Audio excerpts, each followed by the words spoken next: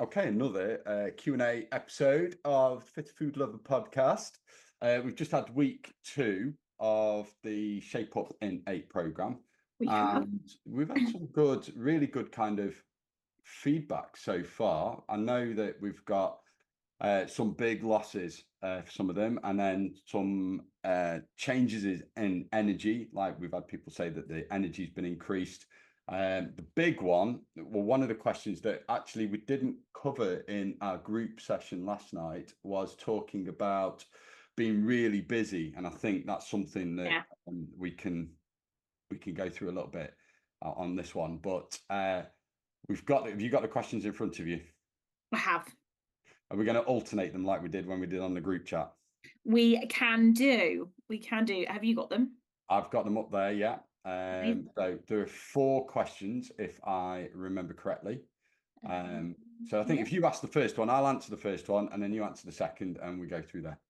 Yeah. So the first four is so in the workouts that we have on the program, we Yeah. talk about increasing weights and progressively overloading. So what to aim for when increasing weights in the workouts? Like what is it that we're actually looking for in terms of increasing weights? So the key one and we said this in the group feedback last night, and the key one here is that we want to, whenever you're lifting weights, you want to be going close to failure or even achieving failure. And that is when you cannot physically do another rep. So obviously pick the right machine and the right exercise to go to failure on, and you've got to be safe. So if you are, let's say you're doing squats and you haven't got safety bars, then perhaps going to failure with the squat, if you're not comfortable in bailing or you haven't got the safety bars, that's not necessarily a safe exercise to do it on. Yeah. But, and bench press as well, if you've not got a spotter. But things like dumbbell bench presses, for example, you can bail the weights if you can't do another rep. But effectively, whenever you're doing weight training, what we're looking for is however many sets you're doing, we want to make sure that we're going close to failure on all of our working sets. So let's say you're doing a warm-up set and then you're doing 3 working sets. You want to be using a weight where you're not doing 3 straight sets of 10 and banging them out. That is really not, if the goal is muscle building, that's not going to help you achieve that. You want to be going close to failure on all 3 of those sets. So for example, something like 10 reps in your first set where you just about managed to get 10 out, then maybe doing 8 or 9 for the second set, and then maybe 6 or 7 for the third set. That would, if I was looking at that, on a workout program, I would be saying that person's going close to failure, if not failing on those reps. And then effectively what you're looking for is trying to go 10, 10, 10. And once you hit that, increase the reps slightly. And we've said before on some exercises, it's harder to increase because the jump might be big. So, for shoulder press, for example, if you are shoulder pressing, say 10 kilos, and the next weight up is 12 or 12 and a half, that's a big step up. That's a 20 to 25% increase. And what we're looking for is maybe a 5 or 10% increase. So if that increase is too big and you can't actually go from doing 3 sets of 10 at 10 kilos, and you really struggle, you can't even get 1 or 2 reps out at 12 and a half, then push those reps up. So maybe do 12 reps at 10 kilos and seeing if that, or even 15 and seeing if then you can jump up. But effectively what we're looking for is if you're doing 3 or 4 sets, we want 2 to 3 of those sets to be working close to or at failure. And then once you've kind of hit the top of the rep range, then increasing the weights. One of the things we mentioned last night was talking about this top set back off set kind of. So instead of doing 3 sets of 10, for example, you might do a warm-up set or even 2 warm-up sets, and then going for a top set where you're achieving anywhere between 5 and 10 reps, and you're failing between 5 and 10 reps, and then you might take 10 or 20% of the weight off, and then you go for somewhere between 10 and 15 reps at that and fail towards that. But effectively what we're doing is 2 really hard working sets, and that's what's going to sort of prompt the muscles to grow. That's what's going to force that adaptation that we need. So yeah. Amazing. All right, second question. This one's for you then. So when I get bored, I like to pick at food. Any recommendations on low calorie but satisfying snacks? And this person has a sweet tooth. You are definitely the one to answer this one. It's me. I didn't ask this, but I definitely could have done. Yeah, in this one, it's worth splitting it into two. So, firstly, it's good that there's the identification that it's a boredom thing that's causing the pickiness of wanting to snack. So, I think the first thing to do is stop and ask yourself, am I actually hungry or am I just bored? If it's a case that you're just bored, then if there's something you can do to distract yourself that doesn't result in snacking, then great. If you are genuinely hungry or nothing else is going to work and you're like, no, I really just need something sweet right now to get me through, that's the one you can look at some options there. But I think if it is a boredom thing, first we need to try and address that one and try not to turn to food when we're bored is probably the first one. But if we are looking at sweet things, then there's nothing stopping you from having those sweet treats that you do enjoy, but you can always pair them with something you're going to find more filling or something that's going to benefit you nutritionally as well. So if it's like having something sweet, we've said about maybe like Greek yogurts with, you can even mix a bit of protein powder in there to make it a bit more filling, have some fruit and then have a bit of chocolate with that one. We also said have my props ready. Like if you are something like sweets, have like the smaller bags. Yeah. So something like I found the other day, Percy Pigs now come in mini bags, which are 96 calories for one bag.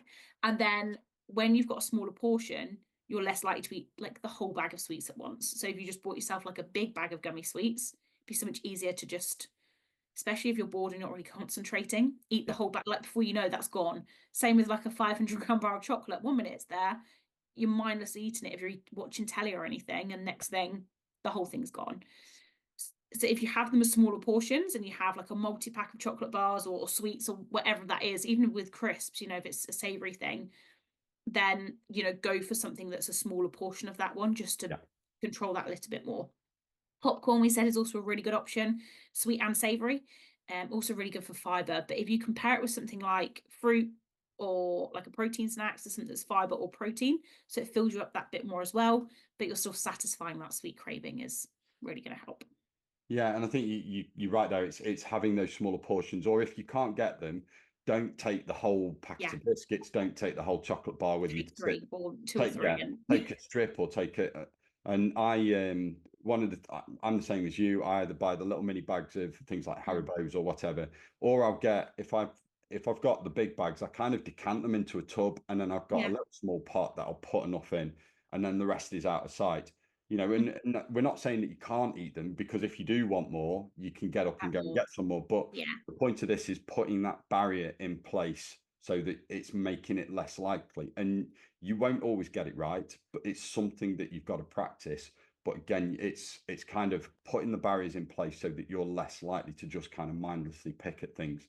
But if it is boredom, then it's finding things. So it could be something as simple as having a fidget cube or a fidget spinner or something, and or even using your phone, playing a game on your phone and being distracted. The other thing to be aware of is any other emotions that might make you want to snack, and being aware of that. Actually, kind of sit with that emotion and understand it, and then try and think of strategies that might combat that, whether it's anxiety, whether you're a bit upset, whether stress.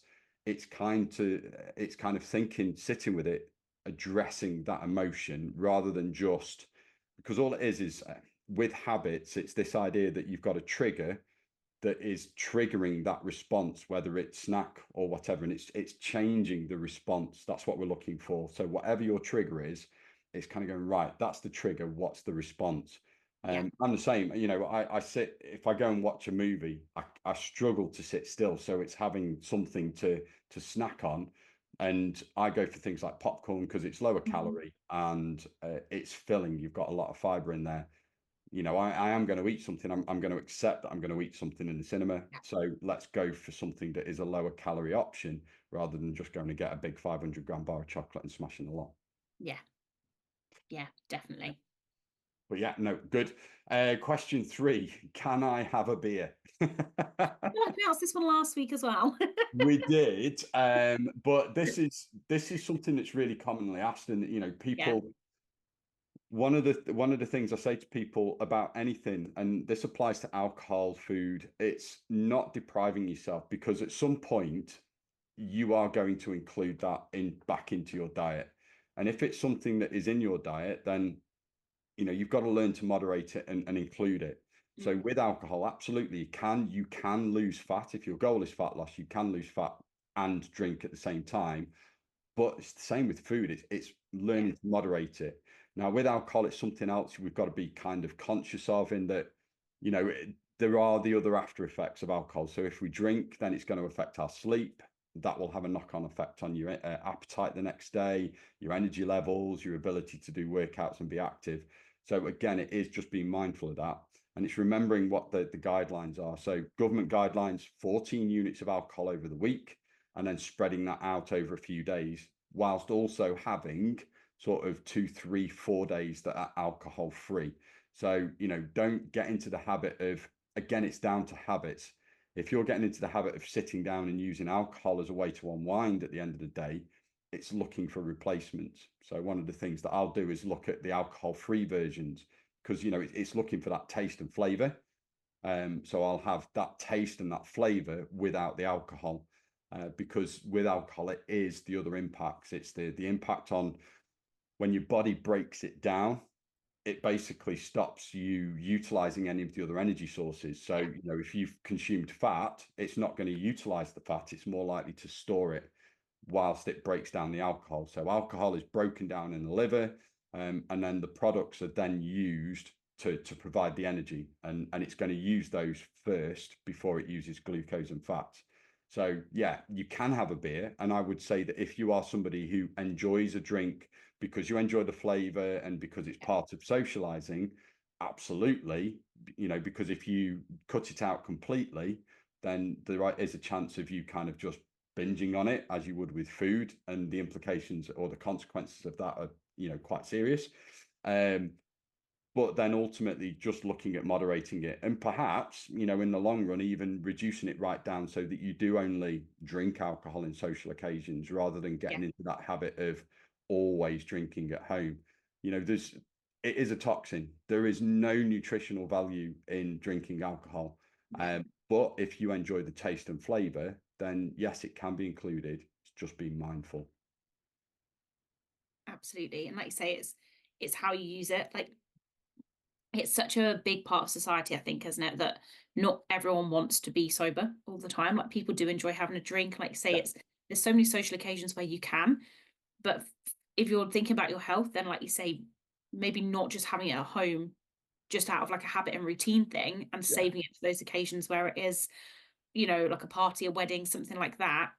And you can also look at the same sort of strategies we mentioned with the sweet things. Then you can look Yeah. at, instead of getting a full bottle of wine, look at the smaller ones. Instead Yeah. of getting like a crate of 24 beers, get a couple, and I know the argument is, well, it's cheaper to get 24, but if you've got 24 in the house, you're not going to, Yeah. it's harder to moderate it to one or two. Whereas if you just go and buy 2 or 3 beers, then you are putting those barriers in place that stop you from over consuming. So it is something that you do need to be mindful of. And I think you also mentioned something, you were sort of starting to touch on something there, is think about why you're having the drink. Is it Yeah. because you enjoy the taste, or is it as a response to something else? Like emotional eating, alcohol is one of those things that people think it's a habit where I've had a stressful day. I see the bottle of wine on the side. That's going to help me Absolutely. Yeah. unwind. And it's that kind of feedback loop that you get there, and it's breaking that. So rather than using alcohol to relax and unwind, do something else. Try Yeah. and build something else into that, whether it's going for a walk, whether it's doing an activity, whether it's working out. It is that sort of thing there that you've got to be think about and be mindful of. Yeah. Absolutely. Yeah. All right. And Question then four. the last one that we had was on the go high protein ideas that are not protein shakes or baby bells. Um, so we've got a few people that are on the program currently that have like they work very long shifts, very long hours, and they're constantly on the go, constantly on their feet. So it's having something that's quick and easy.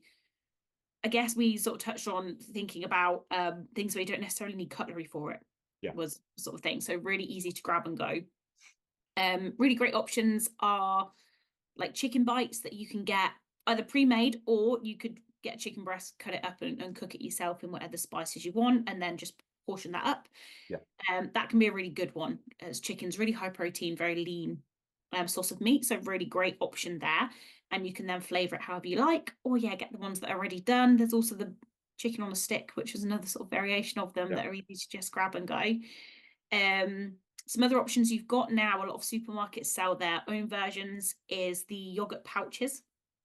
So 25 grams of protein in them. And where they're in a pouch rather than in a pot, you've got the screw top lids as well. So you wouldn't necessarily have to have it all at once. And then it's like a grown-up froob is what I like to see them as. So they're really good for if you're on the go as well. And then you also said about things like mini pepperonis.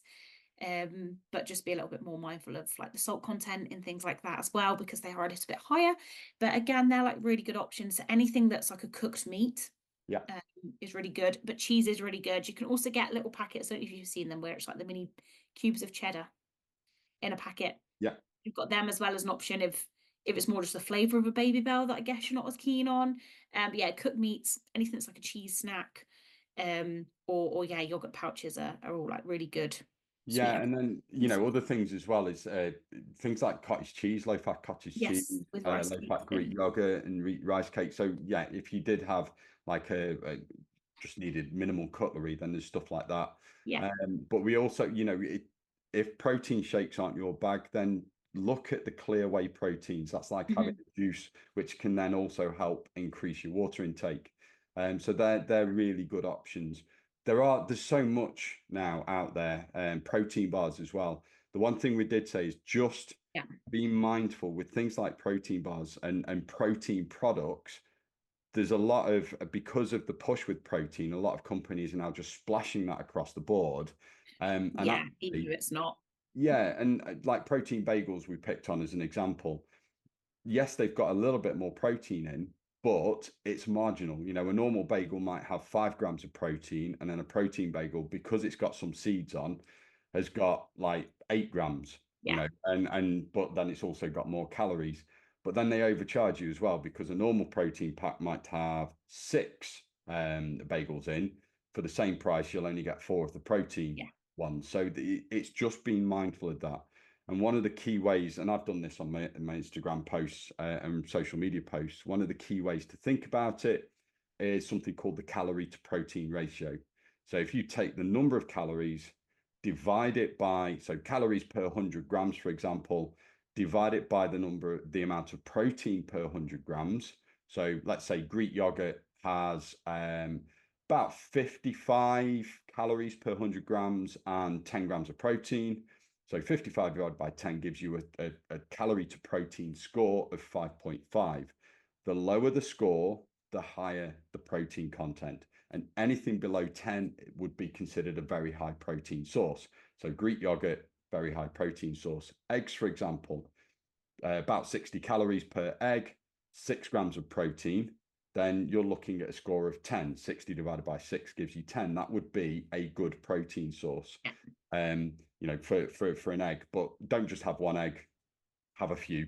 But then you have some of these protein bars, like the nut ones, the kind of nutty ones, they're 200 and 250 calories, and only 10 grams of protein. That gives you a score of 25. So anything that's sort of 20 and above is not a great protein source. So I would say 20 and above is not a great protein source. 15 to 20 would be moderate, and if you're looking at like meals, then if they're sort of around 15, the score's 15, then that's not too bad. 10 to 15 grams would be a high protein source, and anything less than 10 would be very high protein. So if you're using that sort of scale and looking at stuff, if it's looking like, oh, it's got lots of protein in, let's look at it. Oh, hang on a minute, we've done the calories divided by protein and the scores are 20. It's a bit of a con. Yeah. And being mindful of it. But look for loads and loads of different protein things. You've got protein balls, protein bars, shakes, yogurts, meat on a stick, jerky, beef jerky. Yes, beef jerky. That was another really But good option. again, just look at things like the salt intake with that one. So there are lots and lots of different options now, and I think it makes it even easier to get that protein intake. But again, with the protein intake, it's being mindful that your target's not too high. You know, there's a lot of advice on social media where they're going, oh, it's 2 grams per kilogram or 1 It's a gram lot. per pound. That's a lot. And if you're somebody who is, let's say you're somebody who's looking to lose 20 pounds or more, you know, you're trying to lose 2 stone or, you know, 1.5 stone or more, then your body weight is quite high, which means that your protein target is going to be very, very high. So use your goal weight, use like one of your ideal weights or a goal weight as your target weight, and then multiply that by, if it's in kilos, multiply it by 1.5.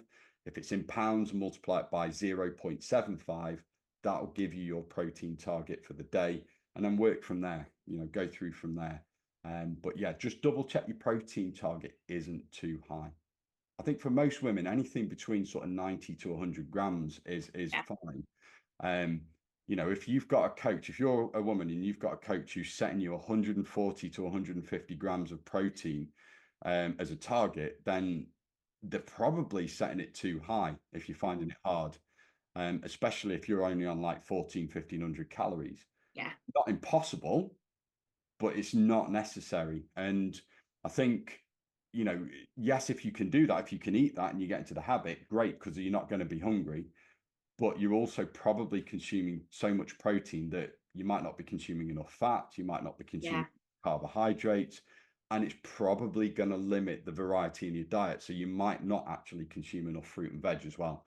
So it's just being mindful of those things. But yeah, loads and loads of options there. All right, those are the questions. Some of the things that we also sort of went through in the thing. So I think the first one was talking about rate of weight loss. So in the first week, we had a couple of people who lost quite a large amount of weight, and it slowed right down in the second week. And I think anybody who's listening to this and who's probably started a diet, whether they've done Slimming World, Weight Watchers, calorie counting, keto, whatever, they might have noticed that they've lost sort of 4, 5, 6, or even more pounds in that first week. And then the second week, it either doesn't move or only drops 1 or 2 pounds. That's normal. Yeah. You've sometimes not you can get a couple of weeks, can't you, when it's like, depending on how much weight you've got to lose for the first few weeks, it can be a bit higher. But you will find it will, at some point, it will start to look like you're not losing anything. Yeah, and it's perfectly normal for that to happen. You know, you've not done anything wrong. And this is one of the issues with some of these kind of fat loss groups, weight loss groups, in that, you know, they'll praise like, oh, well done, you've lost 7 pounds, fantastic. And then you go the next week and, oh, you've only lost a pound. What have you done wrong, or what have you changed? And you won't have changed anything. Yeah. But it makes you feel like you've done something wrong. So you then end up overly restricting and then end up binging. And weight loss is not linear. You've got to understand that weight loss fluctuates, and some weeks it will stay the same, some weeks it will go up, some weeks it will go down. That's normal, you know, and especially for women, if you bring the cycle in, if you bring like the hormonal fluctuations that you might experience during perimenopause, that is perfectly normal. So you've kind of got to understand that it's the long-term trend. Don't just look at a week in isolation or even one day. Look at the trend over 3, 4, 5 weeks. And actually, for a woman, if you are weighing daily and then taking a weekly average, compare the average from 1 week of the month to the same week of the next month. You know, so if you're doing week 1 in September, compare it to week 1 in October, and then carry it on that way, because that's going to give you the true kind of picture of what's happening. I had a client, an in-person client, whose weight would plateau for 3 weeks and then drop in the 4th week of every month. And we kind of learned that she was very, very consistent. And I knew that it was nothing to do with what she was doing. She wasn't doing anything wrong.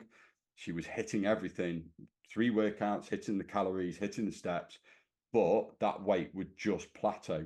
And that was down to the fact that she was perimenopausal. And then all of a sudden, big drop. And the pattern would continue like that. But because she learned that that might happen, and because she learned to compare, week on week, week one from 1 month to week one to the next, she started to get a true picture of what was happening. And you've got to expect that, and actually we don't want weight loss to be rapid. Yeah. Anything from sort of 0.5 to 1% of your body weight is a good rate of weight loss. Anything more than that, and the chances are that you're not just losing fat, you're losing like lean body tissue. And we don't want that, because that's more metabolically active. It's what's going to help maintain the weight afterwards. So yeah, just be patient, expect the fluctuations, and go from there. I think just one last thing on that one, especially for women, is not all cycles are 28 days. So we use the week 1 to week 1, over a 4-week period. But if you track your cycle and you know that yours is longer, so maybe more like a 5-week, use that. Yeah. So rather than just think week 1 to 4, use it as like your cycle weeks, because for some people it is a bit longer. Yeah. And it will still affect it. It's not that we are, your body doesn't know that it's the first week of the month. It will have its own time frames that it's working towards, and you need to understand that about yourself to then understand how it's working and what that pattern of weight loss will look like for you. And it can take a few months to work that out, so just be really patient with it. I know we've said it before, it's just be very, very patient, and then you will start to understand your body more, and it can make your fat loss journey easier once you know what your body's doing, if that makes sense.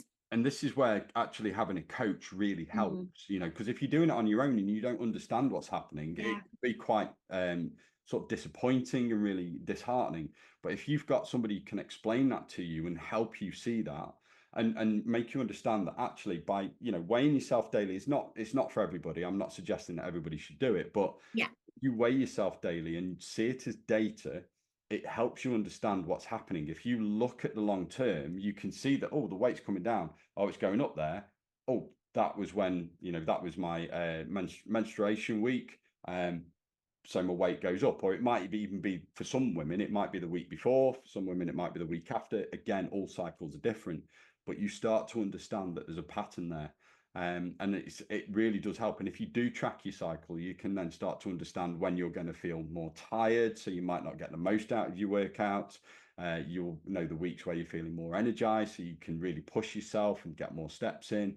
Also with appetite as well, there are going to be certain weeks of that cycle where you're more hungry, so you can kind of go, right, okay, this week coming, I'm going to be hungry, so I might need to just up those calories by 200, 250 just to allow for that, so that I'm not gnawing my arm off and face planting a bag of Maltesers. It's that sort of thing.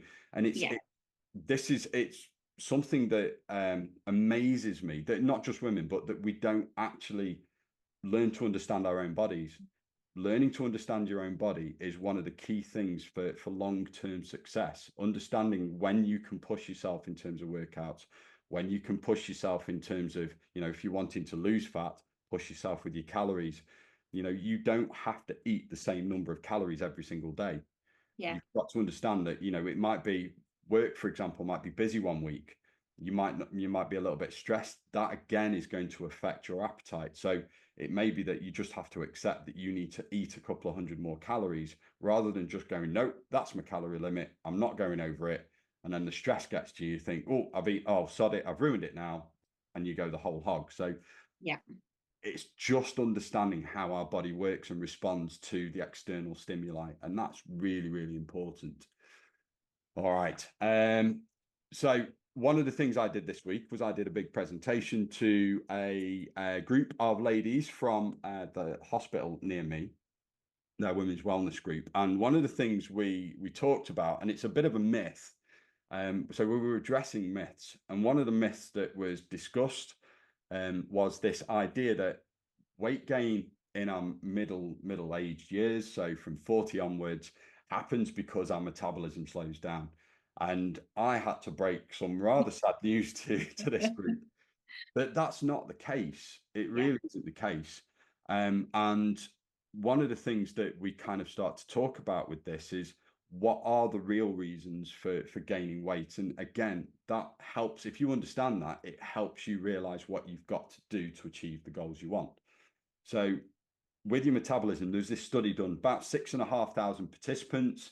They ranged in age from 8 days up to 95 years.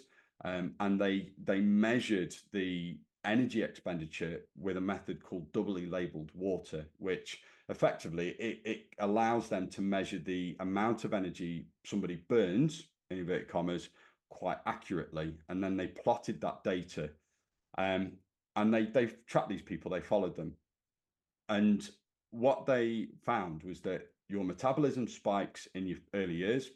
So it increases rapidly from birth up to a sort of toddler age, so maybe 1, maybe 2 years old. You then get a fairly rapid decline until your late teens, so 18, 19. And then from then, it kind of stays the same all the way up till the age of 60, 65. So all the way from about 20 to 60, 65, your metabolism, the rate that you use energy, stays the same. That's the same for men and women. It's the same for whenever you go through perimenopause. So there is no kind of change there. From about 65 onwards, it can drop by 0.6, 0.7% per year. And then they actually figured out that most of that decline was attributed to age-related muscle loss or age-related sarcopenia. So one of the things we needed to understand when I did this presentation was that it's not your metabolism that causes weight gain. It's changes in your lifestyle and habits. And, you've got to think about what is changing. So as you get older, you get more responsibility. We have kids. The job that we have changes. Our social life changes. So, you've got to think that in your 20s, you're going to be active. You've just started your job. You're going to have a social life. You're going to be out meeting friends. You haven't got kids. You can go and do stuff that you want and be active. Once you start having kids, that social life's going to drop. So you're not going out as much. Once you get more responsibility at work, you might be working longer hours. You might be busier. You might have to work weekends, in which case, again, your social life, your activity levels are going to drop. If stress levels go up, as we've already discussed, that might increase your calorie intake. Yeah. So you've got a double whammy there of fewer calories being burned and more calories being consumed. Then as we age, because of hormonal changes, that changes where our body is going to store the fat as well. So we tend to store it more around the middle. So if we understand that this is what's happening, then it gives us an idea of what we've got to do to try and tackle that. So yes, we do need to walk more. Yes, we do need to be more mindful of the calories that we consume. Yes, we do need to make sure that we make time to do the workouts. And you really have to understand that. And the other thing that makes strength training and protein really, really important is addressing this muscle loss later on in life. That muscle loss is not inevitable. You can do something to stop it. And that's particularly important for women. So from the age of 30 onwards, if you are not consuming adequate protein, if you're not doing strength training, you can lose around 1% of your muscle mass every year from the age of 30 onwards. For women, as soon as you hit perimenopause, that can increase, and it can be as much as 3% per year. And that's quite shocking. Yeah, it's a lot. Perimenopause is 10 years potentially for some women, and even longer. You could be losing 30% of your muscle mass in 10 years. That's huge. Less muscle means you've got weaker bones, means you've got your joints are probably slightly weaker and joint pain. You'll be suffering with aches and pains. You'll be less stable on your feet, less mobile, less agile, more likely to fall. And there are all sorts of other consequences, increased risk of cardiovascular disease, increased risk of type 2 diabetes. So muscle loss is a serious thing. But as I said, it's not inevitable. Eat adequate protein, 1.5 grams per kilogram. Strength train 2 to 4 times per week for about 20 to 40 minutes. And you can stop and even reverse that muscle loss. And it's not too late. One of the questions was asked from one of the women on the call. She's like, I've just hit a milestone age of 50. I've gone through perimenopause and I'm worried about this muscle loss. Is there any point me starting? I said, absolutely. Yeah. Never too late to start. and you can reverse some, some of that muscle loss, if not all of it, if you really push yourself, but you can definitely slow it down at the very least. So it is worth doing. And that kind of leads into one of the comments from one of our clients who leads it. I mean, she does lead a busy life. She's got like 2 jobs. She's a shooter for the Welsh national team, rifle shooting. And it's really busy life. And for people like that, it's even more important that they build stuff into their schedule. Yeah, absolutely. You've got to think that 20 minutes is about 1.5% of your total time across a day. If you cannot give 1 to 1.5% towards your own health, towards your own well-being, then something's got to change. If you think you can't do that, then something's got to change, because that's really all you're asking. I'm not going to say that we all have the same 24 hours in a day. No. We do not, and it annoys me when people say that. But if you can't find 20 minutes 3 or 4 times a week across the week to do some form of exercise, whether it be at home, in the gym, going for a walk, then you need to reassess your priorities. You do. I'm not saying that you need to stop something, but you need to start looking at how you can fit that in. And the key thing there is set yourself regular times, regular days to do it, and treat it like you would treat a doctor's appointment or a dentist appointment. Make it important, because people make time to go and have their haircut.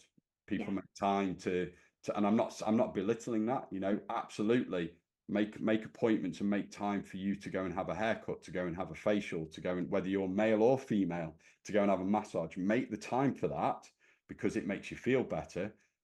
Going for a walk is going to do the same thing. Yeah. Going to the gym, lifting weights is going to do the same thing. And ultimately, it's going to give you the added benefit of maintaining your muscle mass, so that you are going to have a longer, more active, and better quality of life later on. Yeah, absolutely.